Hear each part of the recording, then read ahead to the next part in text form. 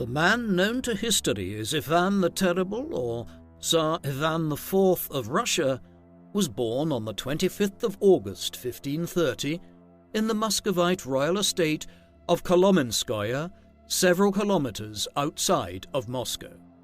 His father was Vasily III, who had been Grand Prince of the Duchy or Principality of Muscovy and sovereign of all Russia since his accession to the throne in 1505. Ivan's mother was Elena Glunskaya, a young noblewoman who was of mixed Serbian and other Slavic heritage. She had married Vasily as his second wife in 1526 after he had divorced his first wife, Solomonia, on account of the marriage not resulting in children. Elena was not an entirely popular choice as the new Grand Princess, as she had been raised as a Roman Catholic rather than as an Eastern Orthodox Christian. But the new union soon resulted in children to secure the succession. In addition to Ivan, another boy named Yuri was born in 1532, although he was deaf and largely shunned by the political establishment, who deemed him unfit for a position of authority due to his inability to hear. Ivan was the clear favourite to succeed his father following his birth in the autumn of 1530. Any assessment of Ivan's life has to consider it within the context of the profound changes which were occurring in Eastern Europe in the late 15th century and early 16th century. In the 15th century, there was no Russian state to speak of.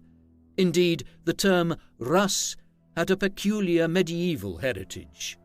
The word was derived from the old Finnish word for Swede, Rusviori, which the Arabs of the Muslim Caliphate in medieval times used as a term to refer to the Vikings who travelled down the great rivers of Eastern Europe, such as the Volga and the Dnieper, from the 9th century onwards. These same Rus had established a number of trading city-states, duchies and republics across the region. These cities developed into significant regional powers in what are now European Russia and Ukraine between the 9th and 13th centuries, notably Kiev in Ukraine and the city-states of Novgorod, Muscovy and Pskov in European Russia. During the 12th and 13th centuries, Novgorod was the most powerful of these, but its strength was significantly eroded in the 14th century as the Mongol hordes of Genghis Khan and his successors conquered lands from China to Eastern Europe. Following the Mongol invasion, splinter states began developing, such as the Crimean Horde and the Golden Horde, as well as the Khanate of Kazan in the region of Eastern Europe in the 14th and 15th centuries. By comparison with these other states, the Duchy of Muscovy was a very small kingdom when Ivan's grandfather, Ivan III, became its ruler as regent for his blind father in 1462. Though coming from a small state, Ivan, who is often referred to as Ivan the Great, began a process of expanding beyond the city of Moscow and the surrounding hinterland for a couple of 100 miles in each direction, making Muscovy an upstart regional power. During this period of expansion, he engaged in a prolonged war with Novgorod early in his reign, where he conquered Muscovy's great rival amongst the Eastern Orthodox Christian states of Russia by the mid-1470s. Conquest did not prevent revolts that continued in the former Novgorod territories for many years. Ivan III also subdued other Russian rival powers, such as Tver and Pskov. Having either conquered these regions to the west of Muscovy or reduced them to the status of vassals, Ivan began an aggressive campaign against the Kazan Khanate, bringing Muscovite power further down the river Volga. His son, Ivan the Terrible's father, continued this process of expanding Muscovite influence. As Ivan came of age in the 1530s and 1540s, Muscovy was well on its way to becoming a dominant regional power in what is now the European part of Russia west of the Ural Mountains. However, the Crimean Tatars and the Khanate of Astrakhan still controlled the lower reaches of the Volga River and the regions north of the Black Sea. This kept the Muscovite kings from having complete regional power when Ivan became ruler of the country in the mid-16th century. Ivan's rule commenced far earlier than many had expected. Though his father Vasily was still a relatively middle-aged man by the standards of the time and place, when Ivan was born in 1530, he was developing a huge abscess in his right hip during the early 1530s. While out hunting in mid-November 1533, he began having chronic pain and began bleeding incessantly from the abscess. Despite being treated by several doctors in the days that followed, the bleeding could not be stopped.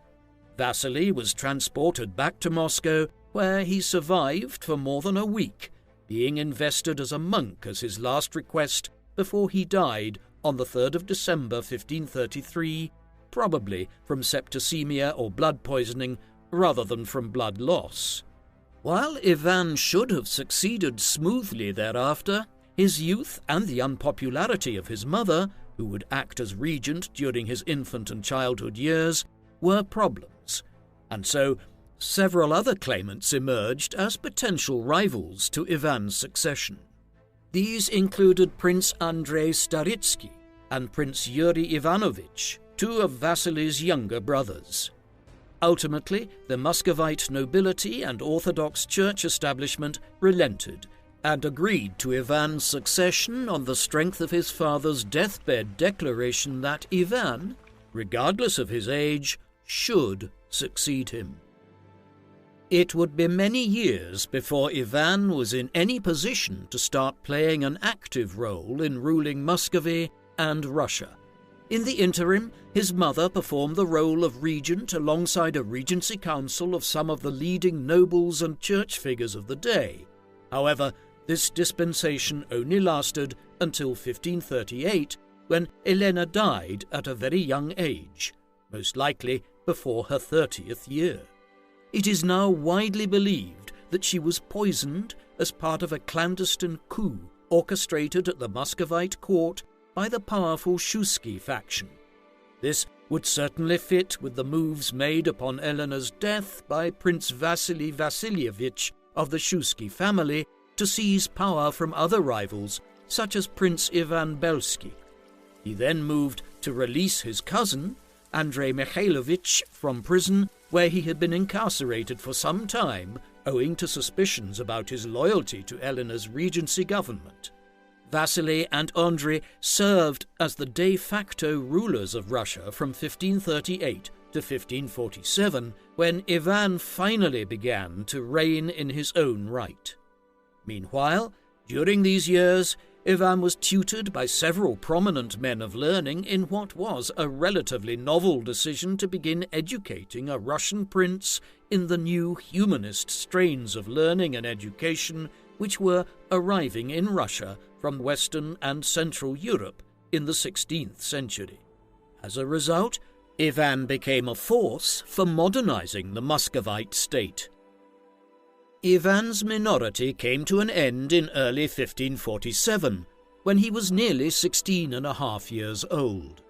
He was formally crowned as Grand Prince Ivan IV on the 16th of January 1547 at the Cathedral of the Dormition in the Kremlin in Moscow. This was a ceremony which blended different traditions inherited from the Eastern Orthodox Church, which Moscow had become the global center of following the fall of Constantinople to the Muslim Ottomans in 1453. While deeply influenced by Greek orthodoxy, the ceremony also drew from Mongol and other Asiatic crowning ceremonies. Muscovy was a land blended between the West and East, its traditions showing influence of both. Though many teenage rulers throughout the globe and across time ascended to the throne only to be manipulated by advisors and family members for decades, Ivan made clear, even as a teenager, that he intended to rule in his own stead. While he did not shelve others entirely who had held power during his youth, he drastically reduced their influence over government affairs in the late 1540s. Thus, for instance, the power of the Shuskis was reduced, though some of the family's princes did remain powerful figures within the Muscovite army for over a decade. It was at this time that he assumed absolute control of the government and adopted the title of Tsar of all Russia. Some believe that Ivan was the first Muscovite ruler to adopt this title. In reality, his grandfather, Ivan III, had begun to use the title in some of his correspondence in the late 15th century, but Ivan IV was the first ruler to formally adopt it as his unequivocal title. The title Tsar is derived from the Slavic word Tsar, which is rooted in the Roman imperial title of Caesar. The rise of Caesar Augustus in the late 1st century BC onwards led to the practice of honouring the Roman general Julius Caesar, who had attempted to seize control of the Roman government.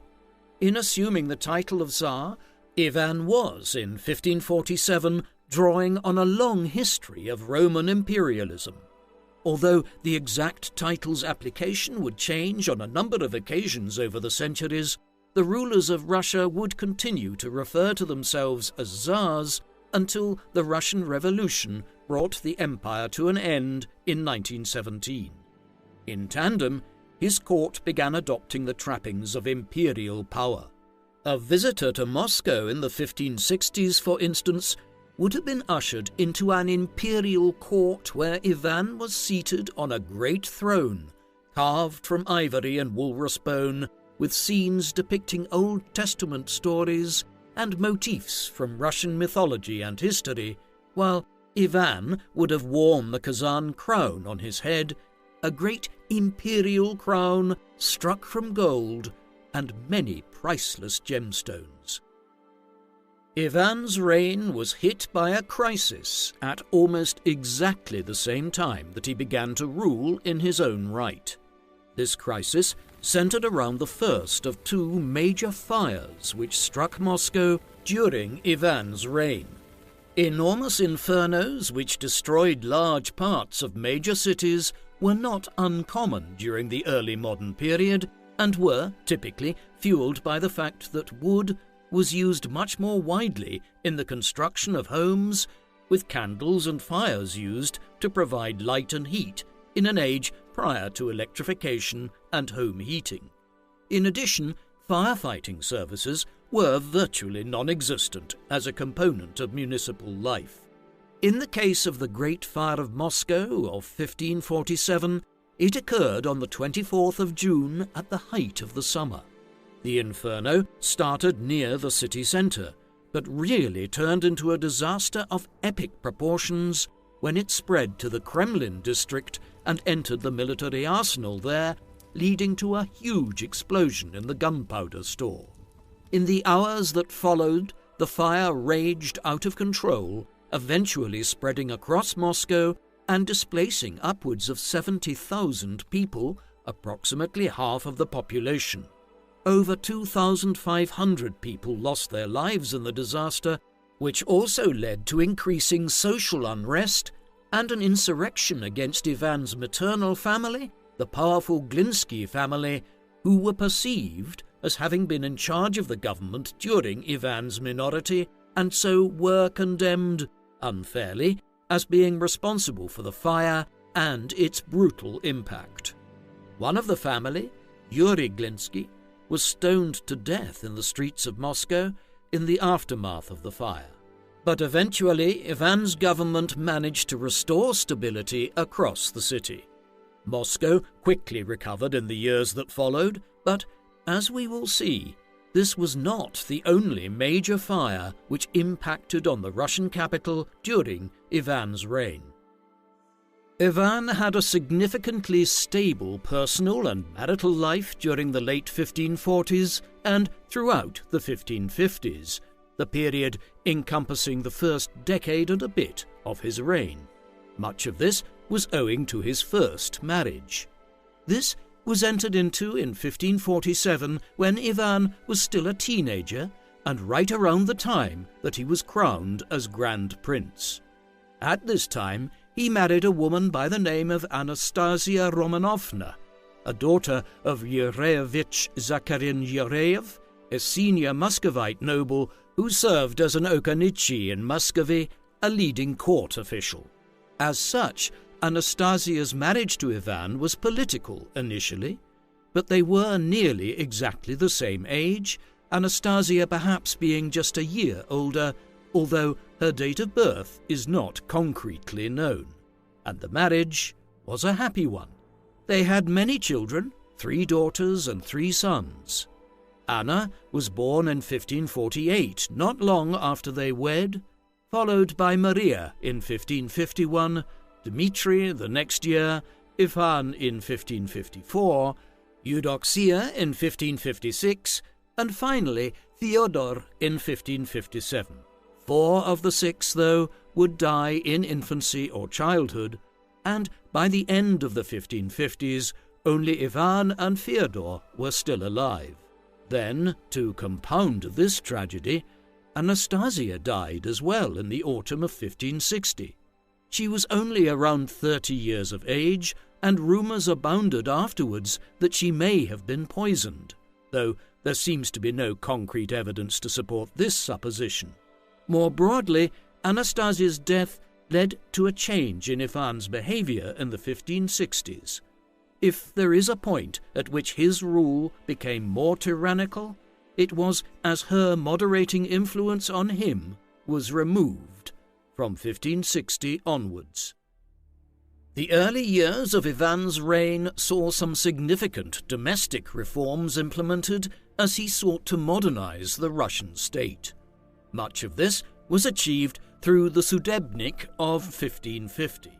This revised and expanded a previous law code which had been promulgated for Muscovy by Ivan III back in 1497.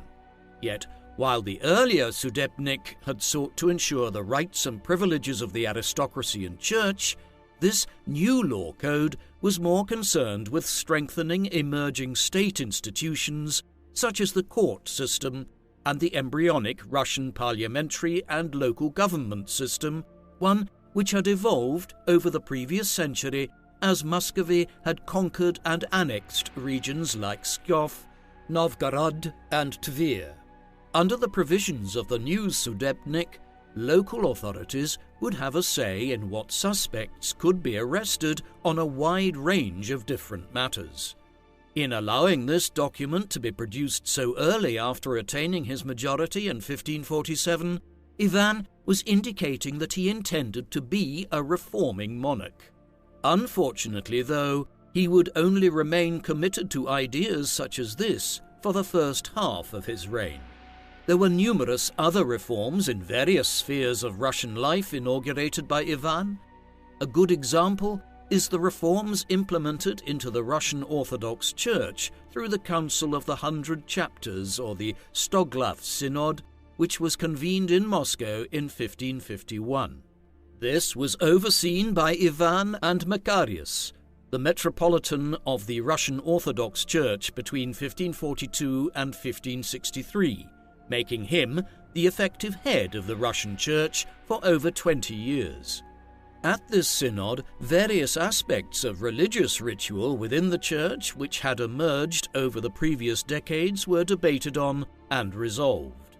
In many ways, this was a series of incidents within the Russian Orthodox Church that mirrored some of the issues occurring in the schisms between Catholics and Protestants in Reformation Europe since the late 1510s, insofar as Orthodox Church figures were also debating the suitability of using extensive iconography within churches and whether or not this constituted idolatry if done to excess, a key issue within the Protestant Reformation. There were also issues around reforming the conduct of Russian clergy and how Mass and other rituals were performed.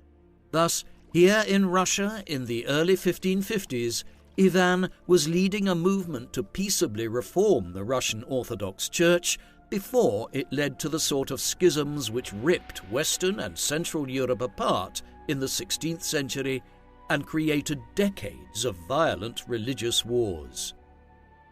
Ivan also left his imprint on the physical environment of Moscow in the 16th century, helping to turn the city from a provisional and backward city into the heart of a modern empire. Many of his improvements made by Ivan have since been destroyed during the Napoleonic Wars and during the Second World War. However, some of the buildings built have survived to the present. One of the most prominent of the surviving structures is St. Basil's Cathedral, an Orthodox church which was built on what is now Red Square as a commemorative building to memorialize Ivan's defeat of the Kazan Khanate to the southeast of Moscow early on in his reign. It is instantly recognizable with its numerous towers of swirling colors and is unique in terms of its architectural style, blending Oriental elements with architectural forms derived from Eastern Orthodoxy and the earlier Byzantine Empire. The 9 domes correspond to 9 different churches and chapels and were intended to look like bonfires raging into the sky. Admittedly, elements of this had been initiated under Ivan's grandfather and father, but he furthered the work on it more than any other ruler of Russia, employing teams of Greek and Italian migrant architects and others to impose Renaissance styles on it also. Few buildings in Eastern Europe are as iconic of the region's history and culture, and Ivan was broadly responsible for this. During the period, it was a project of grandiose design and an indication of the wealth and power of the Russian people. The 1550s were notable in terms of the growing manner in which Ivan's state was pulled into the wider diplomatic matrix of early modern Europe. In 1530, when Ivan was born, few people had heard of Russia in Western and Central Europe as anything more than an exotic land to the east that almost nobody visited. It was backwards, isolated, and unimportant to European affairs. This was best reflected by the level of trade between Muscovy and countries like England, France, or Spain, which was almost non-existent. This was for a number of reasons.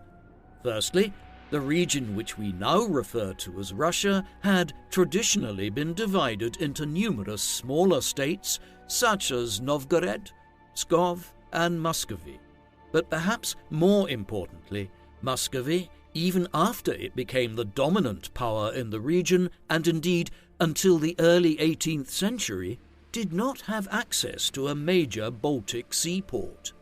Instead, the region around Karelia in what is now the city of St. Petersburg, south towards the Baltic states, was controlled by the Kingdom of Sweden, the Kingdom of Denmark-Norway, and the Polish-Lithuanian Commonwealth at various times.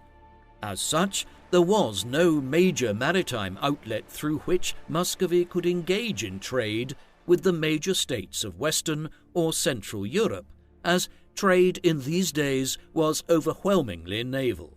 The few ports available were locked in ice the majority of the year, thus preventing year-round trade. Furthermore, land trade with great European powers was nigh on impossible, in part because of the vast distance and the numerous minor states controlling the trade routes. Thus, Muscovy remained isolated in the 15th and early 16th century. This all changed following an initiative on the part of English colonial adventurers in the early 1550s. During the 1500s, Europe was inflamed with continental conflict between the various powers. Some of these battles stemmed from long-standing rivalries between royal families, such as the Habsburg and Bourbon families, led to massive conflicts and long-lasting wars. Religion also played a tremendous role in expanding international conflict. This, in large measure, came from the divides between Protestant and Catholic nations. In particular, England and Spain began to develop a deeper rivalry. England was a relative outlier in European politics prior to the 1500s. It was considered a minor kingdom and a backwater when compared with the Habsburg Holy Roman Empire and Spanish Empire. English monarchs were anxious to expand their power and integrate them more fully into European politics. One manner in which England sought to narrow that gap was by expanding its overseas trade and territorial expansion. Some of their earliest efforts came soon after the Italian explorer Christopher Columbus discovered the Americas for Spain by landing in the Caribbean in 1492. It was actually John Cabot, another Italian in the employ of King Henry VII of England, who first landed on the mainland of North America in 1497, not the Spanish. English explorers continued to seek out new naval routes in the decades that followed. In particular, they were interested to discover either a northwest or northeast passage via the Americas or Asia to the Pacific Ocean in order to access Asian, particularly Chinese, markets. During the early 1550s, English explorers like Stephen Burrows and Hugh Willoughby sought to find the Northeast Passage by sailing north of Russia. They would never achieve their goal, and indeed it would take until the 19th century before this endeavour became possible. But they did manage to make contact with the state of Muscovy by sailing north of Scandinavia and landing in the White Sea near the port of Arkhangelsk. By 1555, the Muscovy Company was founded in London as the first joint stock company ever created, and over the course of the second half of the 1550s, a steady trade developed between Russia and England. Ivan's government sent furs and other items north to Arkhangelsk to be shipped to Western Europe, while the English sent Western European goods and knowledge about developing Renaissance scientific and cultural pursuits to Russia. Muscovy's isolation was over. The arrival of the English and the establishment of trading links between the two nations in the 1550s was just one aspect of the infiltration of European society into Muscovy during Ivan's reign. One other notable aspect of this was the extension of the printing revolution to Russia. The first movable type printing presses had been invented in Europe in the border regions between France and Germany back in the mid-15th century, and they had spread in the decades that followed to major cities like Paris, Venice, Antwerp, and London. However, in some instances, it took until well into the 16th century before cities like Dublin in Ireland or some parts of the Balkans to have an established press. Moscow was a major outlier. It was not until the Moscow Print Yard was established in 1553, largely under Ivan's direction, that the first major domestic print industry began to emerge in Russia. As with the press in most other countries, the first works which were produced and published through the Moscow Print Yard were religious texts such as A Book of Hours and Psalter. Yet, as elsewhere in Europe too, the Russian printing presses soon came under enormous levels of government censorship, and this was particularly acute by the 1570s as Ivan's reign became more and more autocratic. Ivan's reign was one of the most important in the early emergence of the Russian state, insofar as he followed through on the work which was initiated most notably by his grandfather in the late 15th century. His primary goal was to complete the conquest of the Mongol Tatars and states which continued to hold a large amount of lands further down the course of the river Volga towards the northern shores of the Caspian Sea, and also further to the west on the northern shores of the Black Sea, all lands that had access to warm water or ice-free ports. Again, this was work which Ivan III had commenced decades earlier, but Ivan IV would bring it to its conclusion in the 1550s and 1560s. One of the methods which he used was to ally Russia with the Cossacks of the Pontic-Caspian steppe east near the Ural Mountains. These were a cavalry aristocracy which had ruled over much of this region for centuries and had retained semi-autonomy even as the Mongols had established the Golden Horde and the Crimean Khanate in the 14th century. Now, Ivan cultivated them as allies.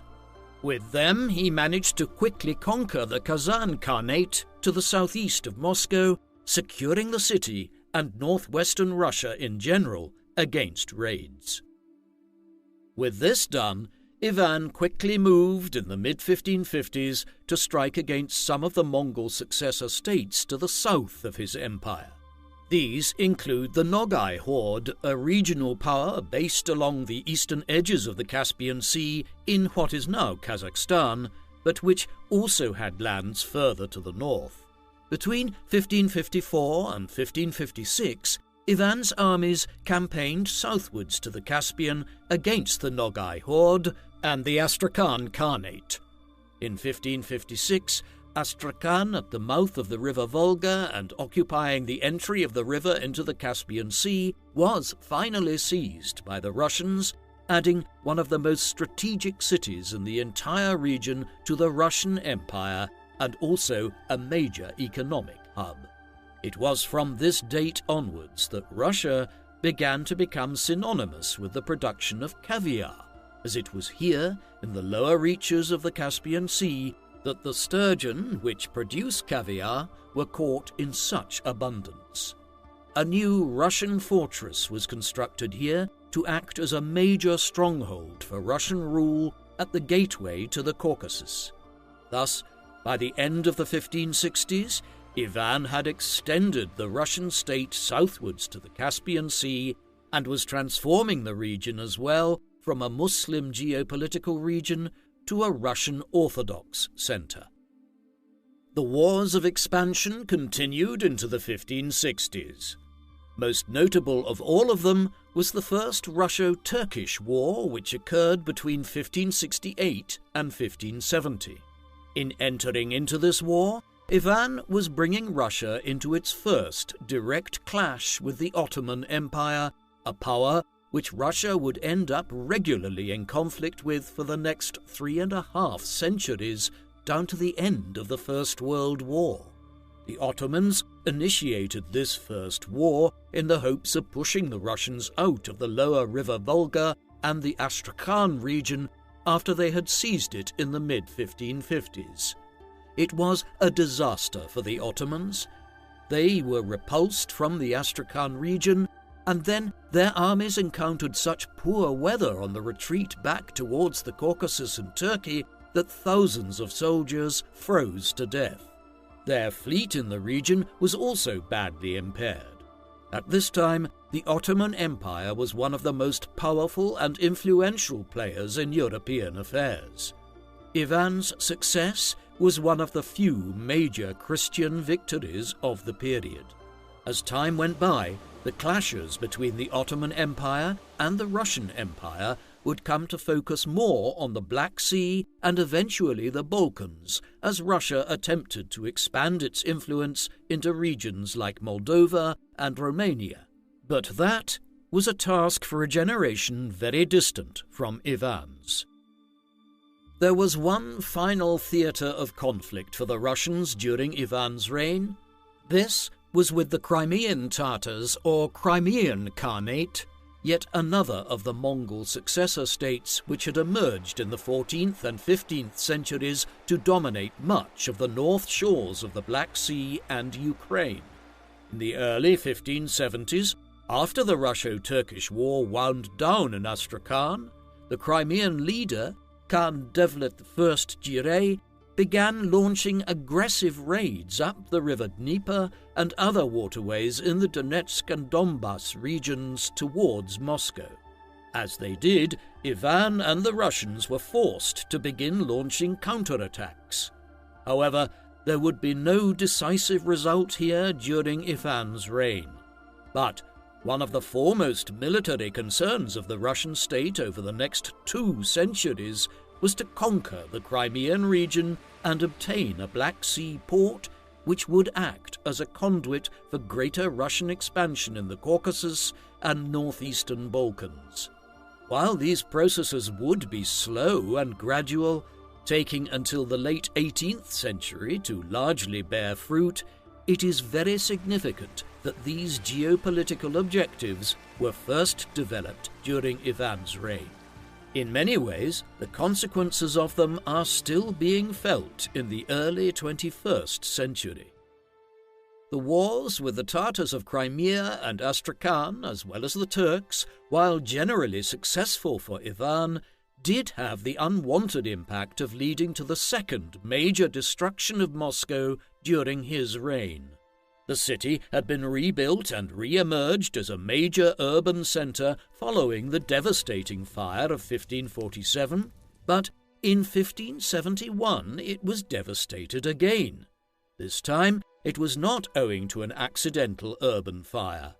Instead, in the spring of 1571, a large army of upwards of 40,000 Turks, Tatars and Janissaries, the latter being an elite force of slave soldiers who fought under the Ottoman sultans in early modern times, advanced up the course of the river Volga and struck at Moscow itself.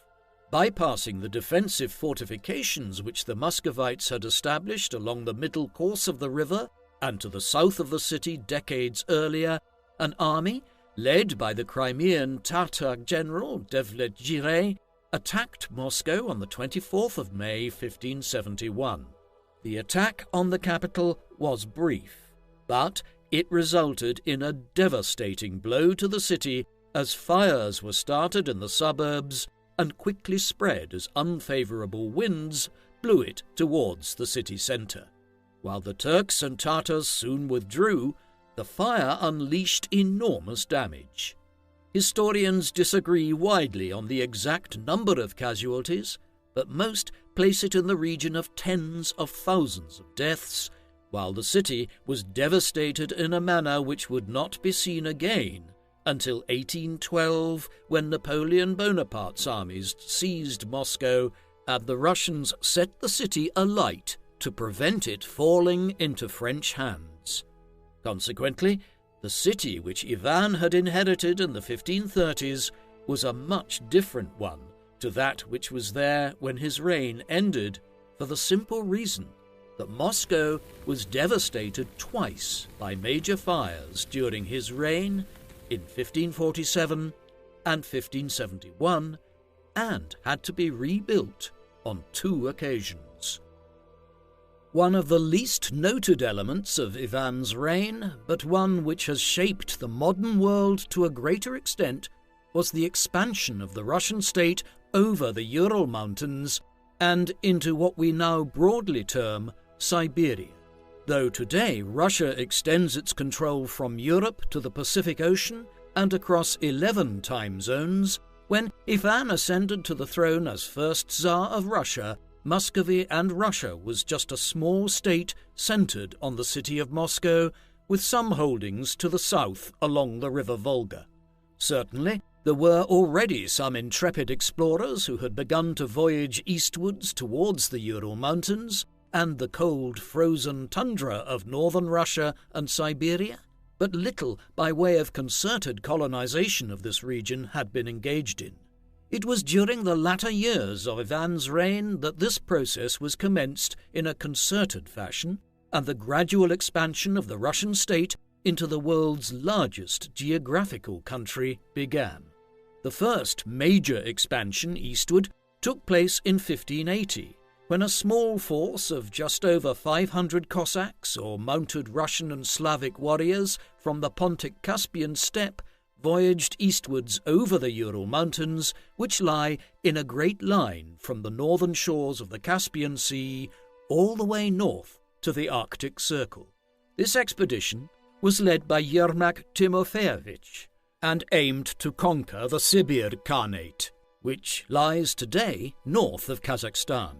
Here they faced native opposition from various Ugric peoples, but also from the Tatars, who were the descendants of the Mongols and still held sway over most of Central Asia and Transoxiana. Clashes occurred between Timofeyevich's forces and those of the Kuchum in 1581 and 1582, and eventually led to Timofeyevich establishing Russian control over this region, centered on the settlement of Kashlik. Although Timofeyevich would die in 1585, not long after Ivan himself, the settlement of Tobolsk was founded in the Sibir region east of the Urals in 1587, and so the continued eastward drive was undertaken from Ivan's reign onwards. By the middle of the 17th century, Russians would reach Kamchatka in the far east of Asia, and eventually would even extend their colonization efforts across the Bering Straits to Alaska. Ivan's reign was immensely important in this process. Much of Ivan's increasingly unstable rule and behavior in the 1560s and 1570s was connected with his personal and marital life. He married many more times after his first wife, Anastasia, died in 1560, and far from being the genial influence on him that his first wife had been, many of his subsequent spouses are believed to have acted to cultivate his more neurotic behavior. The most damaging in this respect was his second wife, Maria Temrukovna, a noblewoman from the south of Muscovy's territories towards the Caspian Sea, who may have been a pagan in her early life.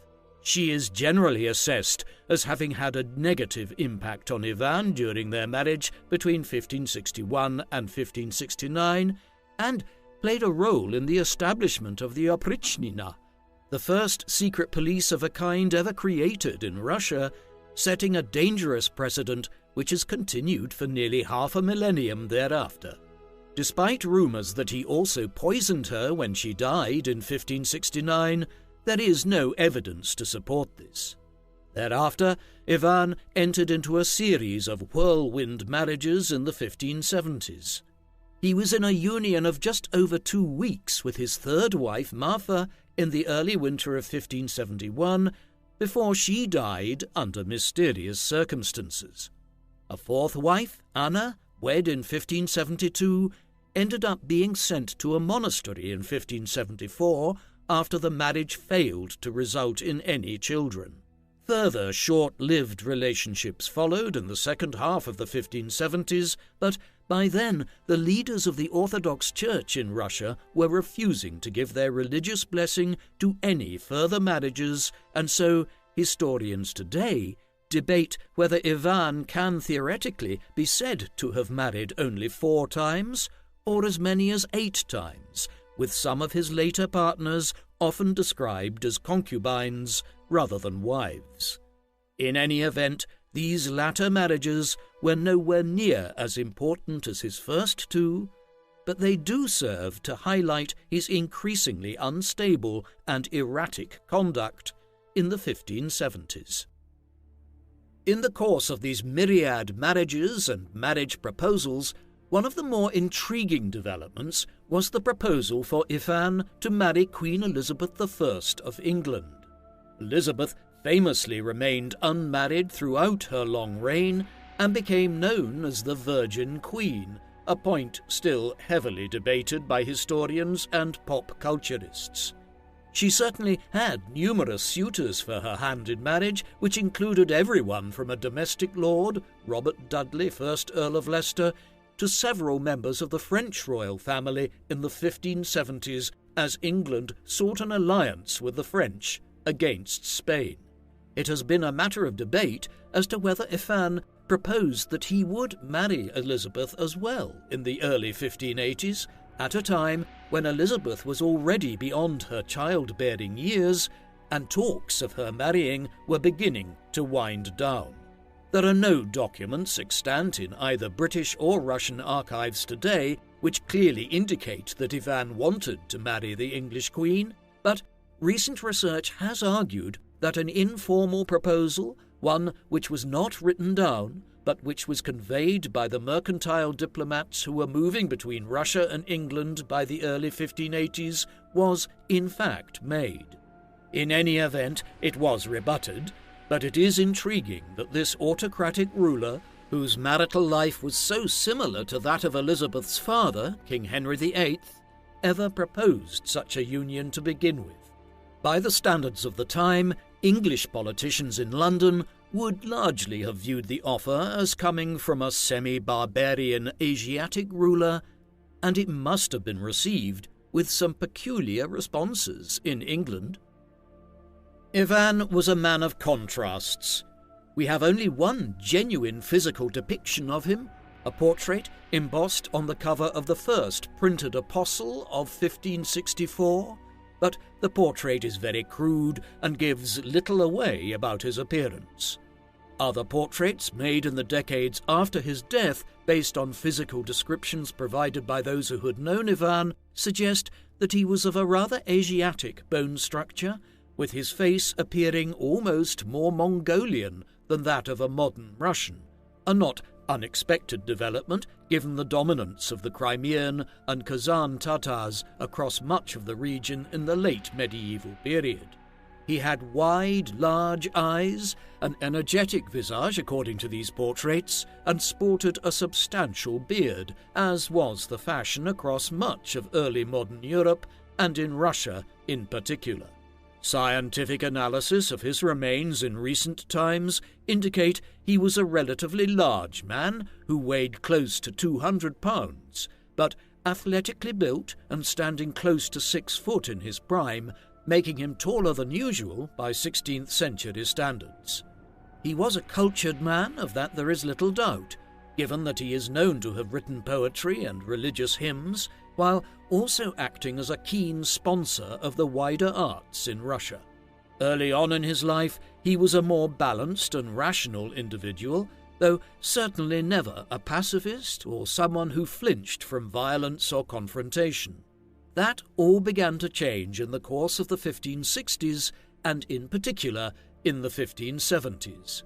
Ivan was about to earn his nickname of Ivan the Terrible.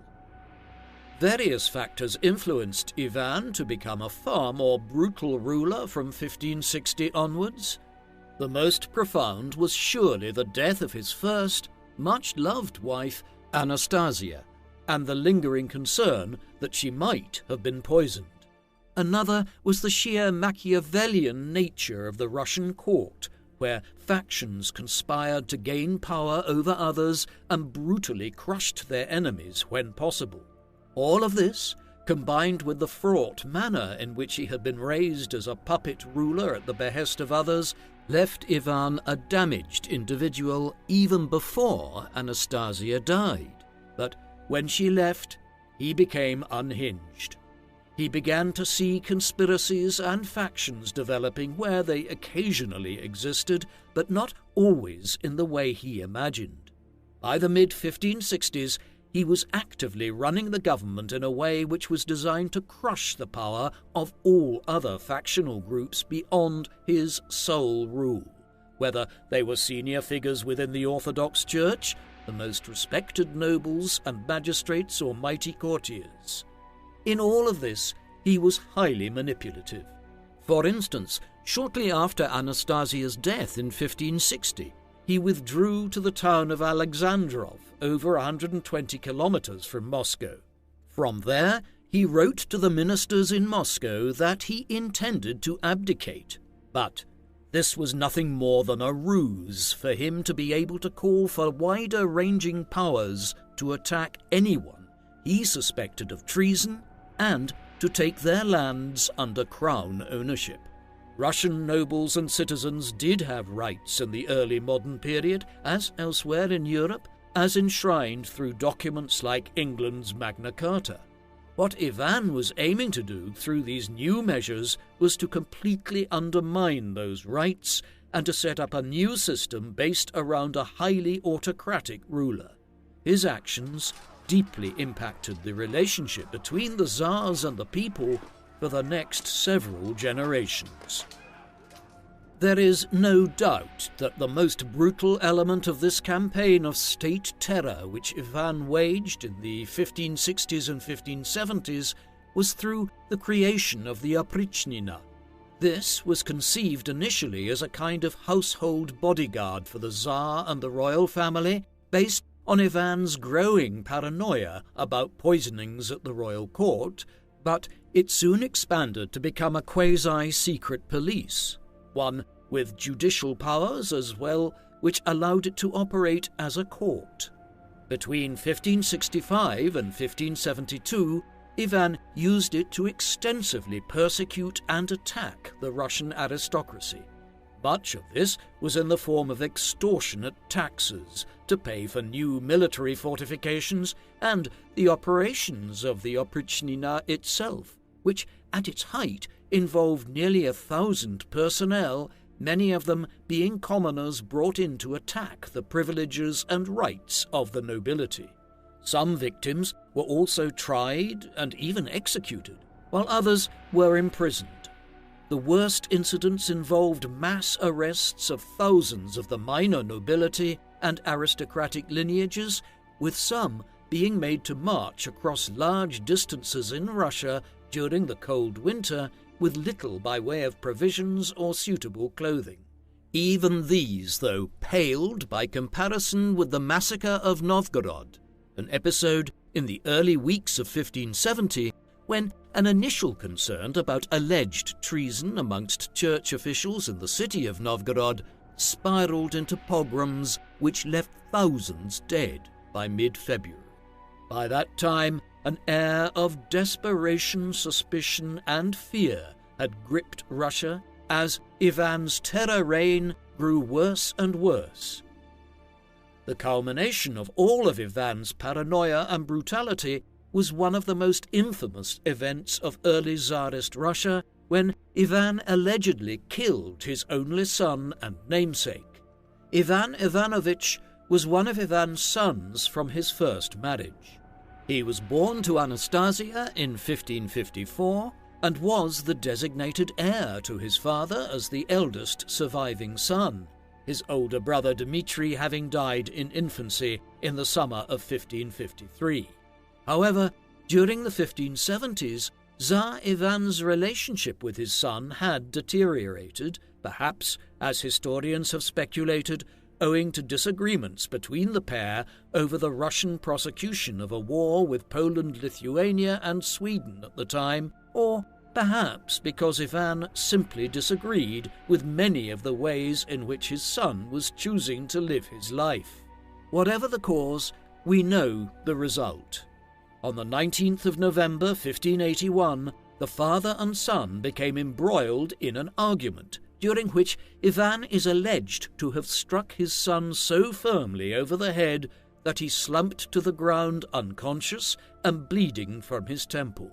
In the moments which followed, Ivan seems to have suddenly come to his senses and expressed remorse for his actions, but that did not stop Ivan from dying there and then from the head wound in a scene famously depicted by the 19th century Russian painter Ilya Repin. It was a gruesome footnote to the reign of terror Ivan had unleashed in the second half of his time as Tsar of Russia. The final major acts of Ivan's reign centered to a large extent on his efforts to expand the Russian state westward towards the Baltic Sea.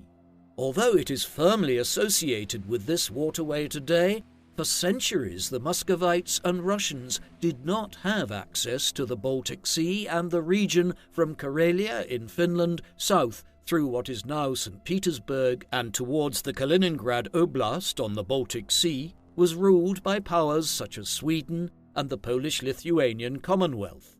Ivan was the first ruler to make a concerted effort to seize some of this territory in an effort to acquire a warmer Baltic Sea port. To this end, in 1558, he had launched the Livonian War, so named after the region of Livonia around what is now Latvia. The war was initially a relatively limited affair, and in the course of the late 1550s and into the 1560s, Ivan and his generals were more determined to seize lands off the Tatars and Turks to the south than with the stop-start Livonian War. Yet peace terms were never agreed, and by the 1570s, as Ivan was emerging victorious in his clashes with Astrakhan and the Turks, he was able to turn his attentions more completely towards the Poles and Lithuanians. His greatest success during these years was in conquering the city of Narva on the Baltic Sea coast. The city had been controlled by Sweden, which had entered the war on the side of the Poles and Lithuanians alongside the Danes and Norwegians. Ivan's enemies to the west became far stronger in 1569 when the Union of Lublin resulted in the formal amalgamation of the Grand Duchy of Lithuania and the Kingdom of Poland into the Polish-Lithuanian Commonwealth. This, combined with the emergence of Stephen Báthory, the former Grand Duke of Lithuania, as a major military commander in charge of the Polish ranks, changed the military stalemate, and by the late 1570s, Russia was losing ground to the Commonwealth.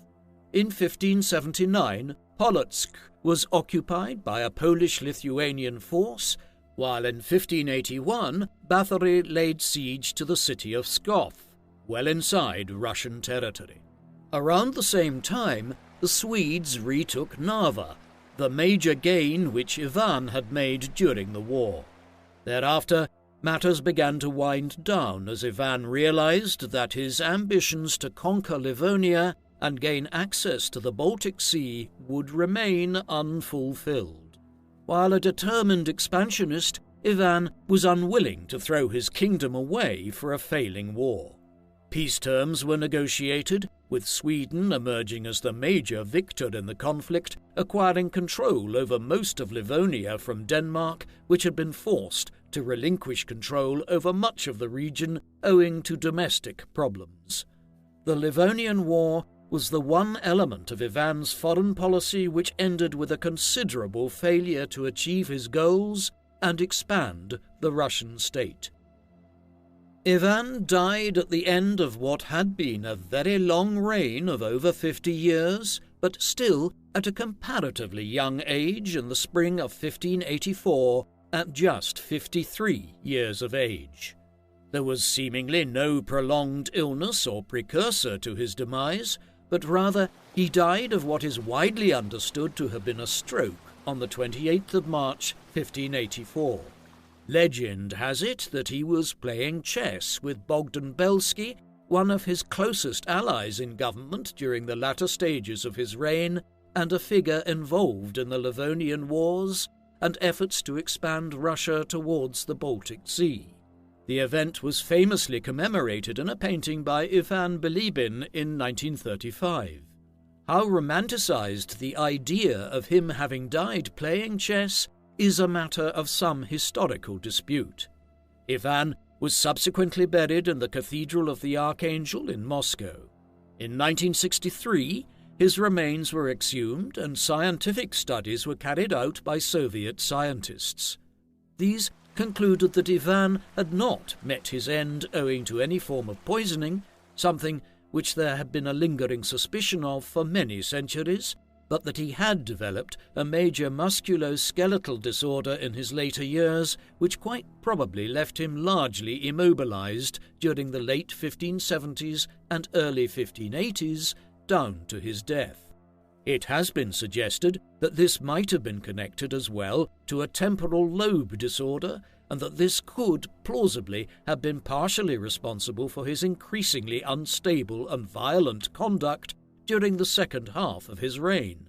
This temporal lobe condition might also explain his alleged death from a stroke, which might have actually been an epileptic attack of a kind which he was increasingly prone to in his later years. As such, Ivan the Terrible might have become so terrible because of a major medical malady which was simply beyond the scientific grasp of individuals in 16th century Europe. The evidence remains inconclusive, leaving the matter unsettled and unclear. Ivan's death led to the breakdown of Russian political stability, which his reign, for all his failings, had done much to foster and uphold, at least in the first 15 years or so of his personal rule. The decades after his passing became known as the Time of Troubles. This period lasted from the inception of the reign of his son and successor, Fyodor I, in 1584, down to 1613. Fyodor was an introspective, quiet individual who had little interest in governing in the activist manner which his father had. Accordingly, he handed over much of the day-to-day management of government affairs to Boris Godunov, his brother-in-law through his marriage to Irina Godunov. The all-but regency government of Godunov created problems in and of itself, as the perception emerged that Fyodor was a puppet Tsar, but matters became even more unstable when he died in 1598 without a legitimate heir. This brought the Rurik dynasty, which had ruled Muscovy and then Russia for centuries, to an end. In the impasse, Russia's enemies were able to capitalize on the political instability which followed, with the Polish-Lithuanian Commonwealth invading some of Russia's territories and occupying them for a time in the early 17th century. Meanwhile, the title of Tsar changed hands between half a dozen different claimants within Russia in the 15 years between 1598 and 1613. It was only when one of these challengers, Mikhail Romanov, managed to establish himself as the Tsar of all Russia that the time of troubles came to an end, and Russia recommenced its emergence as one of the great powers of modern Europe, building on the initial imperial vision of Ivan IV, who believed Muscovy to be capable of far more than it had previously been. Ivan's family envisioned an empire, and the Romanovs fulfilled it. Ivan IV was one of the most paradoxical rulers of early modern European history. He is known as the Terrible to history, not exactly a descriptor that any individual aims to have applied to them as a ruler, but it is in many ways an unfair description, or at least one which only describes a certain portion of his reign. In reality, Ivan was a strong ruler, one who inherited an expanding Russian state and did much to continue that process by conquering new lands down the course of the River Volga and to the north of the Black Sea. It was also in the latter stages of his reign that Russia began the process of colonizing the vast portions of Asian Russia to the east of the Ural Mountains. In this respect, he must be viewed as one of the country's most consequential rulers. But there was another side to him. Ivan became an increasingly repressive and autocratic figure in the second half of his reign, particularly so after the death of his first wife, a balancing influence on him whose removal from the scene led to the accentuation of his worst tendencies, combined with a possible deteriorating mental illness. In the years that followed, he began developing the oprichnina as an instrument of state terror in Russia. This was a hugely significant development, and this secret police established a long tradition within Russia of state terror, one which has a direct line down to Stalinism and the KGB in the 20th century. Ivan was a man who seized the moment and reigned in a way that impacted the future of Russia down to the present. What do you think of Ivan the Terrible? Should he be known as the Terrible? Or is this an unfair title given his pivotal role in setting Muscovy on the path to becoming the Russian Empire? Please let us know in the comment section, and in the meantime, thank you very much for watching.